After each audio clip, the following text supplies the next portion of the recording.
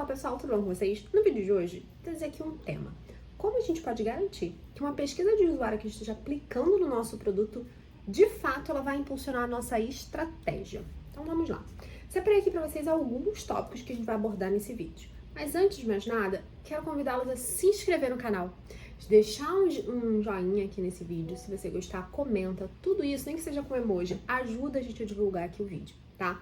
E se inscreve lá no canal. Vamos lá, dividindo aqui em alguns tópicos. Primeiro, definir os objetivos e perguntas da pesquisa. Então, a primeira coisa é você sentar. Se na sua área, se na sua squad, você tem uma pessoa ali, seja um product designer, ou seja, alguém responsável por conduzir essa pesquisa, traga a bordo. Se for só você, pessoa de produto, traga a bordo o designer, o UX, o UI, e definam que perguntas vocês precisam responder com essa pesquisa. A pesquisa por si só, ela precisa ter um objetivo. Qual é o objetivo dela? Ela é pra gente entender o comportamento de um usuário, é pra gente medir qual é o melhor caminho dentre os dois que a gente vai propor ali no teste de usabilidade, é para entender qual é o problema real que a gente quer. Então, assim, quais objetivos você tem com essa pesquisa? Por isso é importante você trazer um time multidisciplinar. Você, como pessoa de produto, trazer a pessoa responsável ali para o UX, UI, o Product Designer, e eu adiciono aqui nessa equação a pessoa responsável por dados. Porque é uma pesquisa, esses dados eles vão precisar ser analisados. Não necessariamente vai ser ali só o teste de usabilidade, a gente tem que entender estatisticamente como aquilo desempenhou, tá? Então, se vocês puderem, envolvam o time de dados também. Então, primeiro, definir os objetivos, definir que perguntas vocês querem que essa pesquisa responda. Isso daí é o básico. Se você não tiver isso, não adianta estruturar a pesquisa, tá? 2. Qual é o melhor método e qual a melhor ferramenta para a gente atuar com essa pesquisa? Eu já fiz um vídeo aqui, eu vou deixar aqui um dos cards, onde eu falei das ferramentas de pesquisa que a gente pode ter. Mas aqui é o momento onde você vai sentar com o time, você sabe qual é o objetivo e você sabe quais são as perguntas. Esse é o momento onde você vai ver qual é a melhor forma, a melhor ferramenta para eu aplicar isso. E não é partir da ferramenta para ter as perguntas. É o contrário. Você parte das perguntas, do objetivo, e escolhe a ferramenta. Então, exemplo. Se o meu objetivo eu preciso entender como está o comportamento do usuário com uma tela que eu já entreguei, tá? Então, que pergunta eu quero responder daqui? Qual é o objetivo? Eu quero entender o comportamento dessa tela. Que perguntas? Como o usuário ele vai executar a tarefa?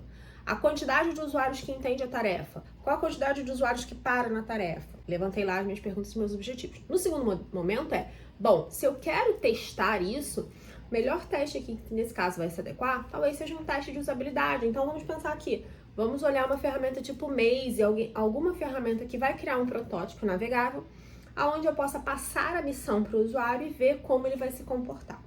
Então, nesse momento 2, a gente vai fazer isso. 3. Por que eu falei para você trazer a pessoa de dados para isso? Porque esse é o momento onde você vai analisar e sintetizar os dados. Pesquisa rodou, você coletou os feedbacks, está ali. Talvez você tenha um Excel com as respostas, talvez você tenha um material de horas de vídeo com os testes de usabilidade. É um momento onde vocês vão precisar se debruçar sobre isso. Então, o responsável por design vai entender e vai coletar os insights da parte de design. O responsável de produto vai também fazer as inferências sobre o produto. E o responsável de dados vai te ajudar para ver se aquele teste teve uma relevância estatística, para entender qual foi o resultado do teste. Imagina que você rodou uma pesquisa quantitativa e você teve 300 respostas. Você tem que entender qual é a mediana, qual é a média. E isso, quem vai te ajudar é o time de dados, beleza? 4. Esse é o momento de você comunicar os seus resultados. Uma reclamação que eu ouço até com uma certa constância poxa, vocês fazem um monte de pesquisa, vocês implementam um teste, papapá, mas não tô sabendo disso. E aí quem reclama muito disso são as áreas de negócio. Então o importante pra gente também é dar essa transparência, trazer sócios. Se você realizou um teste que tinha um objetivo, que tinham hipóteses, que tinham perguntas para serem respondidas, você fez um método de pesquisa ali, seja através de uma pesquisa quant, uma pesquisa quali, um teste de usabilidade, você teve um resultado desses dados, você precisa compartilhar. Até para isso ser material, para que se chegar uma ideia do nada, que todo mundo tem aquela ideia, né? E por que você não faz isso? Fala, bom, nós testamos, olha só, a gente apresentou, fez um estudo, etc. E viu que essa hipótese ela não era validada. Então aqui é comunicação. Mas, Carol, com quem eu comunico? Comunica com os principais stakeholders do produto. Então, primeiramente é quem está financiando, quem é o sponsor do projeto, tá ali.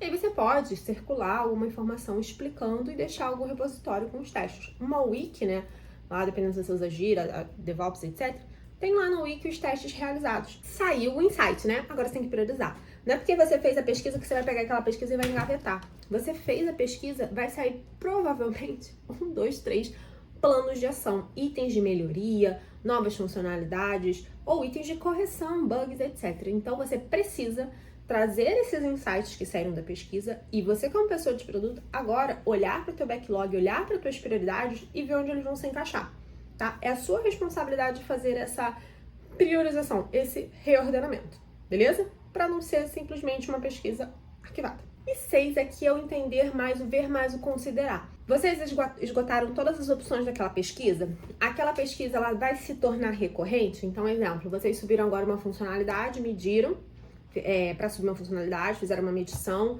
fizeram um teste de usabilidade, teve insights. Será que daqui a quanto tempo a gente precisa fazer uma nova coleta de dados para ver se aquelas hipóteses ainda continuam?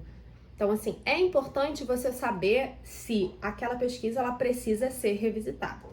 Exemplo, a gente tem aqui pesquisa do INEP, tá? Nós trabalhamos numa instituição de ensino, e aí a gente tem um comportamento pré-pandemia e um comportamento pós-pandemia. Então, a cada 2 anos, eles rodam essas pesquisas. Se eu for me basear só com as pesquisas pré-pandemia, eu tenho um comportamento da minha persona totalmente diferente do pós-pandemia. Então, são pesquisas que são recorrentes, porque elas olham um perfil, elas olham um comportamento que vão gerar insights para a gente se adequar com melhorias ou não, tá? Bom, pessoal, esse vídeo é muito aqui para a gente tentar lembrar que nosso papel como pessoas de produto é sim levantar hipóteses, fazer a priorização, mas principalmente pesquisas são importantes para a nossa área de produto. Se você tem uma squad que ela tá ali rodando já no dia a dia, você pode trazer a parte de fazer pesquisas para levantar hipóteses e para principalmente mitigar aqueles elefantes que ficam na sala. Ah, olha só, o concorrente faz isso. Vamos rodar uma pesquisa para ver se se a gente aplicasse isso vai funcionar? Então, pessoas de produto, usem os artifícios da pesquisa para dentro do seu time. E aqui pode ser um mero teste AB. Lembra quando eu falei que a ferramenta é só o segundo passo? O primeiro passo eu quero entender se a funcionalidade que existe hoje no concorrente, se eu trouxer para cá, a minha hipótese que vai aumentar a minha conversão.